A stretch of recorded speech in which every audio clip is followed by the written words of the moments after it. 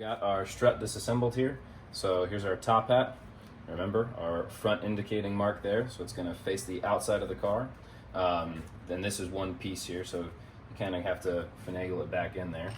So I'm going to take my spring, and there is no really correct orientation left or right. These are spun the same way for both sides, but the flat part is obviously the top, and then for the bottom, this guy is going to rest right inside the this little notch right here. And to remember which side is forward, towards the front of the car, you have these little locking notches here, and also just where your ABS sensor pops in right there. So we're going to drop this over. And you want this, basically the butt end of that spring, to be as far over as you can. That's how you're going to start it. Now, you can drop this guy on. Just going to wiggle it in. Pop in like so. All right, so now we're going to do the opposite of what we just did. Oops, let's make sure that's seated properly. Get this guy straight here, facing the front, right there. There it goes. Okay, so once you're here, now in order to get that nut back on, you can see down inside, it's kind of hard to see, but we've got about 1.5 inches that we need to compress this spring down in order to get that nut back on. So I'm going to go ahead and throw these compressors on and start compressing. So we have our new spring on here. Don't freak out if, as you're tightening these down, this thing spins, because all we're going to be doing is relieving the pressure to allow this to orient it exactly how we want it. The only thing that we have to have set up is this perfectly alignment when we got to put this nut back on. So as I go tightening these down, I'm going to keep looking inside of here and trying to center the top of the piston post to come through the top hat. So slow and steady wins the race on this one. So basically, as I'm tightening, that post inside of there is going back and forth and back and forth, and I'm just trying to basically line it up so that I'm evenly compressed, and then once I get it lined up, it'll pop right through. Show that on top, right inside there. See, our post is just now starting to peek through. So once you get to that point, see how you can just see some threads? Do yourself a favor and just throw that nut on there and secure this bomb that you have in your hands. Even a couple threads will protect you. All right.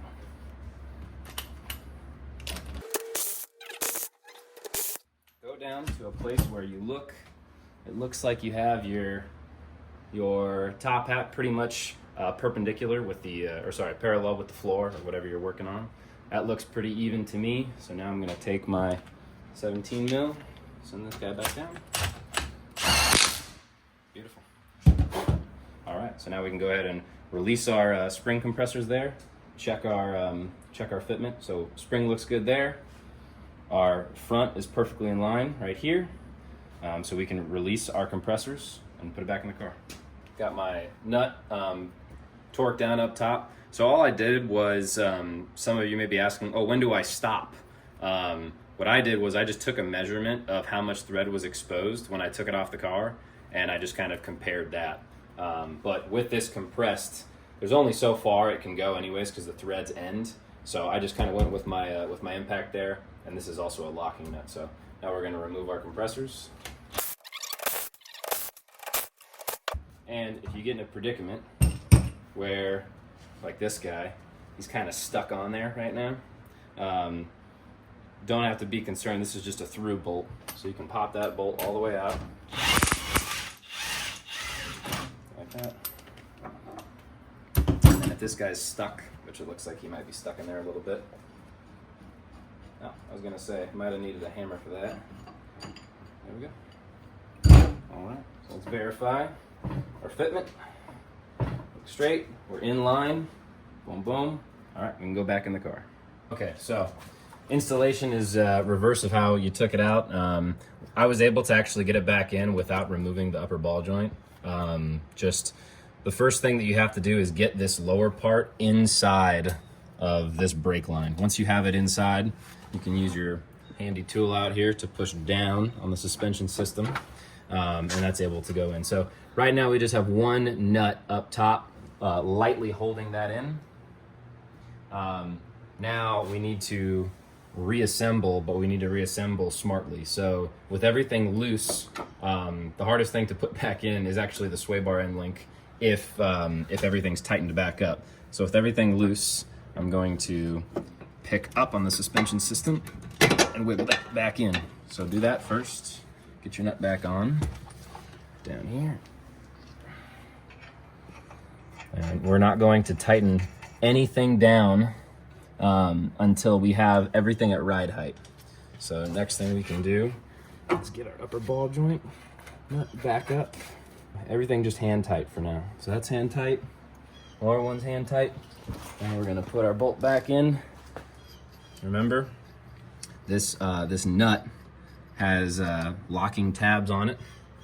Let's see if that'll focus. See the 4 locking tabs? Those fall in on the strut over here. So go ahead and just get your bolt in first. There she goes. All right. Looks like I need to come up on the control arm. A little bit of a song and dance here. There we go. Let's get it in. All right. Our bolt is in all the way.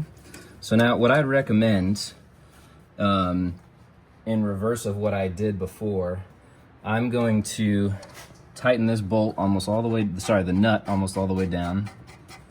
And I'm going to find the spot where, right there's a little click where it clicks into place. And I'm going to hold the nut on this side while I tighten that side.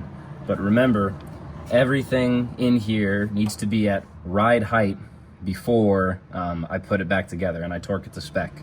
So I'm gonna throw a jack under right here, and I'm gonna compress this up until the car starts to lift off my jacks. So I'm gonna do that next for you. We're going to jack up from our lower control arm here and get these suspension components at the proper ride height. As I'm jacking up, I'm watching the car to see if it starts lifting. Right about there, it looks like the car is starting to lift up off the ground. So now we look like we're about at ride height. I'm gonna start with the upper ball joint. Upper ball joint is 64 foot-pounds. There we go, 64. Oh, I got it. Pop that pin and make sure it actually hooks into the castle nut so you can't pull it out. Now we're gonna go to the sway bar end link. It is 62 foot-pounds. Both of these were a 17 mil. There we go. Got that one. All right. Next up, I'm actually gonna do the top hat nuts. Yeah, 49 foot-pounds. All right. Now for the last bolt down below. Remember, I'm going to go onto the bolt this time, just towards the rear of the car. And this one is a little bit harder. I believe this one's 116 foot-pounds. Yeah, 116. I'm gonna make sure that my nut on the opposite side is in those locking channels.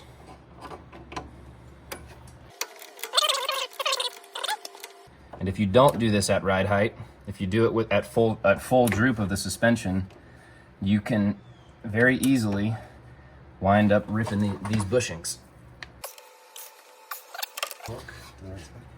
There we go, 116.